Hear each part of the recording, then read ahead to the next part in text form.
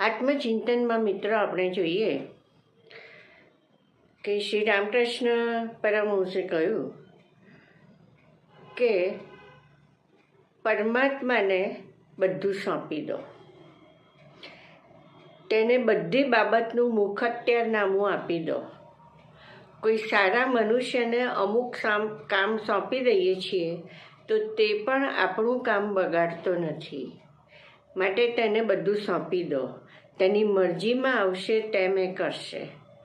જેમ કોઈ સારી વ્યક્તિને આપણે કહીએ છીએ કે આ બધું તમને સોંપ્યું છે, હવે મને કોઈ ચિંતા નથી, જ્યારે આ તો સ્વયં પરમાત્મા છે. એને જ્યારે આપણે બધું સોંપી દઈશું અને ખરા હૃદયથી જ્યારે સોંપી દઈએ, એને બધું કહીએ કે તું જેમ કરીશ એ બરાબર છે, તું જેમ રાખીશ એ બરાબર છે, તું જે ખવડાવીશ એ બરાબર છે, તો આ જે ખરા હૃદયની જ્યારે શરણાગતિ આપણે કરીએ, અંદર આવી જાય જીવને, અને એને જ્યારે બધું જ સોંપી દઈએ, પછી આપણને શી ચિંતા? કારણ કે આપણે કોને સોંપ્યું છે?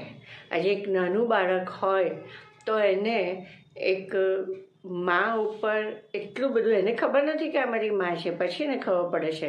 તો એ જેને એને જેમ રાખે છે એમ એ રહે છે, એને કોઈ જ વિચાર નથી. કારણ કે માએ ધ્યાન રાખવું પડે છે કે એને ખાવાની હવે જરૂર છે, એને બાથરૂમ કર્યું, એને આમ કર્યું, હવે આ બધું મા ધ્યાન રાખે છે.